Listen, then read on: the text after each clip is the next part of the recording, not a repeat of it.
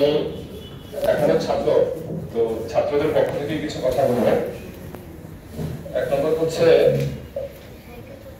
জেলা আমাদের প্রত্যেকটা পাবলিক ইউনিভার্সিটিতেই প্রত্যেক জেলা ভিত্তিক সংগঠন থাকে। বিশেষ করে আমাদের চাঁদপুরের জেলা ভিত্তিক সংগঠনগুলো মোটামুটি ভালোই শক্তিশালী, যেমন আমাদের ভাবিতেও ডাকাতিয়া ভালো লেভেলে কাজ করে। এরপরে হয়তো জগন্নাথ বিশ্ববিদ্যালয় এবং জাহাঙ্গীরনগর সহ আমাদের পাবলিক যে বিশ্ববিদ্যালয়গুলো আছে, পাশাপাশি আমাদের সাত কলেজ আছে বা অন্যান্য প্রাইভেট ইউনিভার্সিটিগুলোতে আমাদের ছাত্র যে সংগঠনগুলো এদের সাথে আমাদের একটা বন্ধন বা যোগাযোগ তৈরি করতে পারলে এই ধরনের আজকে আমরা যে উদ্দেশ্য নিয়ে বসেছি ঢাকাস্থ চাঁদপুর ফোরাম, এটা কমিটি হয়েছে কিনা আমি জানি না এখনো। তো এই জিনিসটা ফলপ্রসূ হবে আমি মনে করি স্টুডেন্টকে যদি আমরা এখানে ইয়ে করতে পারি, যেহেতু পাবলিক ইউনিভার্সিটি থেকে তারা গিয়ে ঢাকার বিভিন্ন স্থানে ব্যবসা বলে বা চাকরিতে বলে বিভিন্ন জায়গায় জব করবে, ফলে আমাদের বড় একটা অংশ সেখান থেকে আসবে। আর আমি চাঁদপুরের আমার পরিচয়টা বলি, আমি আসলে পরিচয়টা দেওয়া ছাড়াই কথা বলা শুরু করে দিয়েছি। আমি স্থায়ী বাড়ি হচ্ছে চাঁদপুরের শাহরাস্তিতে, শাহরাস্তি সচিবালয় উত্তর ইউনিয়ন।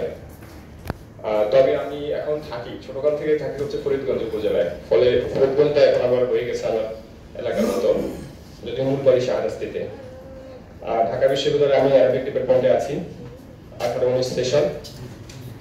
এখানে আজকে যারা উপস্থিত হয়েছেন আমাদের চাঁদপুরের গণ্যমান্য ব্যক্তিগণ, তো আপনাদের সামনে একটা আমার নিজস্ব একটা আপনার রেখে আমি শেষ করে বলার কথা।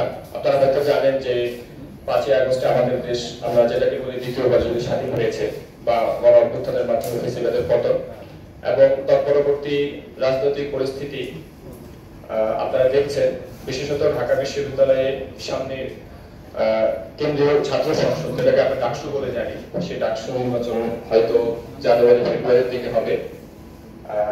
আমরা গত পরশু ভিসি স্যার এবং ডক্টর স্যারের সাথে মিটিং করেছি, তো সেখানে আপনারা আরেকজনে খুশি হবেন যে আপনাদের চাঁদপুরের সন্তান হিসাবে আমার নেতৃত্বে একটা নতুন সংগঠন লঞ্চ করেছে গত 2 দিন আগে, স্বাধীন বাংলাদেশ ছাত্র সংসদ। তো আমরা স্বাধীন বাংলাদেশ ছাত্র সংসদের আহ্বায়কের দায়িত্বে আছি আমি। আমরা আগের দিন আত্মপ্রকাশ করেছি এবং পরের দিনে ঢাকা বিশ্ববিদ্যালয়ের যেটা বলে প্রশাসনিক স্বীকৃতি আমরা আদায় করেছি একজনের মাথায়, এবং তৃতীয় দিন একজনের মাথায় আমরা ইউনিভার্সিটি প্রশাসন সবগুলো সংগঠনকে নিয়ে যে সভা আহ্বান করেছে সে সভাতে অংশগ্রহণ করেছি। শুকরিয়া, আলহামদুলিল্লাহ আল্লাহর কাছে।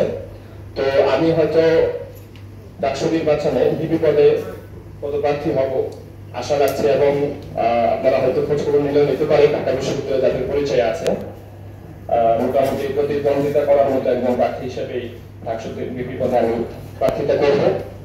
তো আপনারা জানেন যে এটা যেহেতু ঢাকা বিশ্ববিদ্যালয়টা হচ্ছে আমি মনে করি বাংলাদেশের রাজনীতির একদম মূল ভর কেন্দ্র, এখানে যা হয় সেটাই পুরো বাংলাদেশে হয়।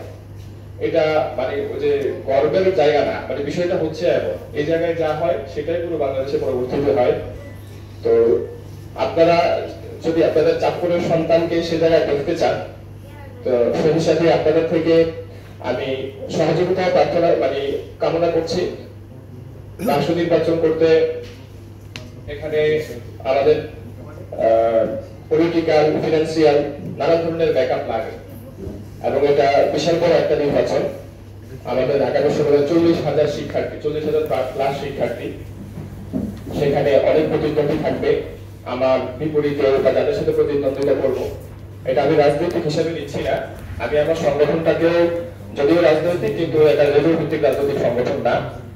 আমাদের চাঁদপুরের সন্তান হিসেবে আপনাদের কাছে অনুরোধ থাকবে, আমি যেহেতু ভিপি প্রার্থী হব, আপনারা সেভাবে আমার সহযোগিতা করবেন। এবং আগামীতেও আপনাদের সাথে, আজকে তো এখানে আমি বসেছি অনেক বড় একটা অনেক মানুষ নেই, আমি সাকিব ভাইকে অনুরোধ করবো, আমি আমাদের ঢাকাস্থ চাঁদপুর ফোরামের উচ্চতর নেতৃত্ব যারা আছেন আপনাদের সাথে একদিন ইনশাআল্লাহ একটু পার্সোনালি বসতে চাই, সেই ব্যবস্থা করে দেবেন। এটা বলে আমি আমার বক্তব্য শেষ করছি। আসসালামু আলাইকুম।